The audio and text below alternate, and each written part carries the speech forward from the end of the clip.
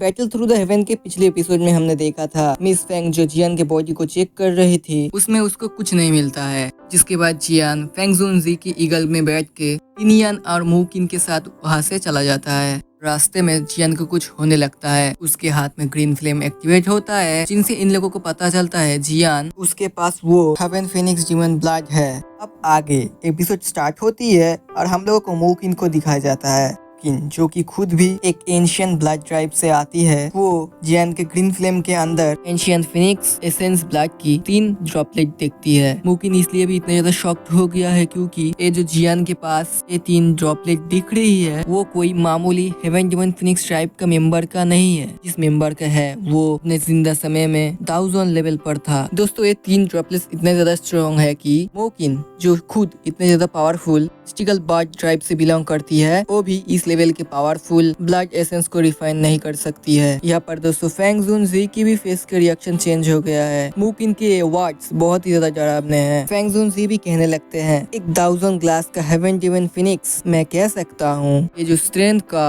Old demon था वो लोग ऐसे नहीं मरते हैं। 1000 लेवल का होना हेवन डिमन फिनिक्स ट्राइब में भी बहुत बड़ी बात होती है। आखिर कैसे इतना ज्यादा पावरफुल डीमन फिनिक्स का ब्लड एसेंस जियान के हाथों में आ गया। इसके बाद थोड़ा सा राहत का सांस लेते हुए कहते हैं तो कम से कम ये बात तो ठीक हुई जो ये ब्लड एसेंस है वो विंड लाइटिंग पवेलियन में डिस्कवर नहीं हुआ। अगर वो मिस फेंग जान जाती जियान के पास ये इस लेवल का फिनिक्स एसेंस ब्लड है, इस ब्लड एसेंस को पाने के लिए पूरा का पूरा divine Phoenix tribe top candidates को जियान को मारने के लिए पीछे नहीं हटता। ये चीजें बोलते वक्त फेंग जुनजी के चेहरे में भी थोड़ा थोड़ा दर्द दिखाई दे रहा था। लेकिन लिलियन फेंग जुनजी की बात को सुनकर सिर हिलाते हैं। बात लिलियन जो जियान को देखता है उसके बाद फिर फेंग जुनजी और मुकिन की तरफ देखते हुए कहता है और ये जियान तो अरे ये ब्लड एसेंस है वो तो अपने बॉडी से बाहर निकाल लिया है तो फिर जियान इस तरह से क्यों एक्शंस कर रहा है। लिलियन की बातों को सुनकर वो दोनों जियान की तरफ देखते हैं कि हालत बहुत ही खराब हो रखी थी।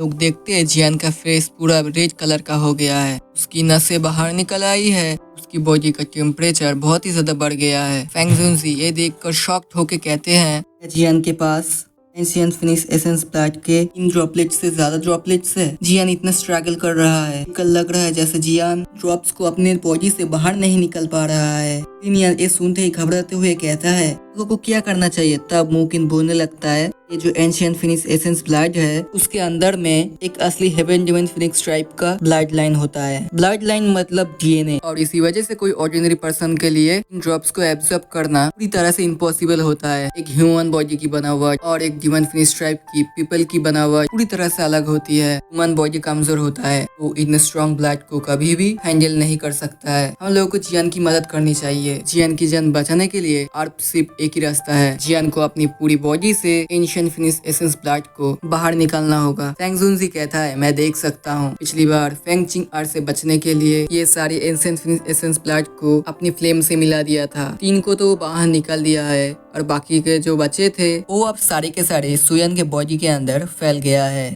जियान के लिए उन सभी को अपनी बॉडी से बाहर निकालना एक इम्पॉसिबल टास्क हो गया है, ऐसा तो कोई भी नहीं कर सकता है। ये चीज सुनकर फिर मुकिन जो इस मैटर में सबसे ज्यादा एक्सपर्ट है अपने हाथों को स्ट्रेच करते हुए जियान की तरफ जाने लगता है। कहती है चलो वहां जाकर देखते हैं हम लोग क्या कर सकते हैं। अब वो लोग बातें करते हुए जियान की तरफ जाने लगते हैं पर हम लोगों को जियान को दिखाया जाता है जिसकी हालत बहुत खराब हो चुकी है। यहाँ पर जियान का शरीर एकदम लाल पड़ चुका है, बॉडी से ग्रीन रेड एनर्जी बाहर निकल रही है और ये दर्द से पूरी तरह चिल्ला रहा है। जियान अपने आप को कंट्रोल करने की पूरी कोशिश कर रहा है पर ऐसा लग रहा है जैसे समय के साथ इस ब्लड एसेंस का इफेक्ट जियान के शरीर में और भी ज्यादा बढ़ रहा है। जियान कह रहा है पर मैंने एक ब्लड को रिफाइन करा था जब मैं इनर कोर्टियार्ड में एक पिल बना रहा था। मैं उस पिल को बनाते वक्त एक ड्रॉप का इस्तेमाल मैंने करा था और उससे मेरी मेडिसिन अच्छी बनी थी। उस 20 ड्रॉप से मुझे टोटल 5 ड्रॉप्स मिले थे, इसमें से 3 ड्रॉप्स को मैं बाहर निकाल चुका हूँ। एक ड्रॉप को मैंने पहले रिफाइन करा था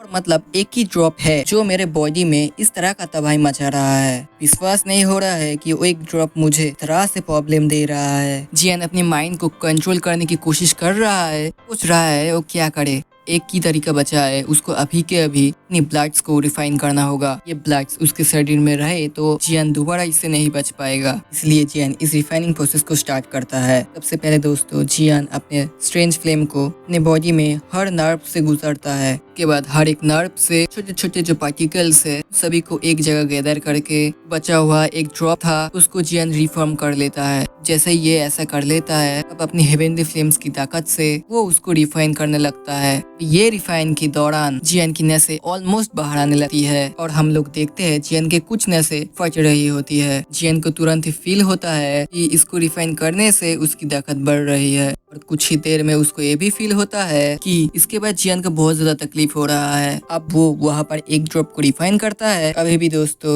ये एंशिएंट फिनिश ड्रॉप के 3 ड्रॉप्स बाकी है। जियान घबरा रहा है कि उसको रिफाइन कर पाएगा कि नहीं। ये अभी उसको छोड़ नहीं सकता है वरना इस शरीर में रहते हुए ये ड्रॉप्स वैसे ही इसके शरीर को ब्लास्ट करके डिस्ट्रॉय कर देते। हम लोग देखते हैं जियान की बॉडी की एक तरफ से ग्लेड लोटस हार्ट फ्लेम, दूसरी तरफ से ग्रीन रेड फॉग जो कि ब्लड एसेंस है बॉडी के अंदर एंटर करते जा रहा है। यानी इस इफेक्ट को रोकने के लिए उसको एक वायर फायर के बैरियर से कवर करके रखा है। धीरे धीरे करके एक ग्रीन रेड फॉग जियान के बॉडी के अंदर एंटर कर रहा है। उनको फील हो रहा है जैसे उसका बॉडी इसको सह नहीं पाएगा और इवेंचुअली उसका बॉडी ब्लास्ट हो जाएगा। उनको दोस्तों घबराहट हो रही है। तो हम लोग देख सकते हैं इसका पावर जियान की बॉडी में ओवरलोड हो रहा है। धीरे करके जियान का शरीर बाहर से चलने लगता है। समय के साथ जियान का हालात और भी खराब हो रही है। जियान का शरीर धीरे धीरे करके स्वेल करके फूल रहा है। कह रहा है इस बार मैंने लगता है ज्यादा ही कर दिया। फिर से हम लोगों को मू किन, लिनियन और फेंग जुनजी को दिखाया जाता है। किन कह रही है जो एंशिएंट फिनिश एसेंस ब्लड है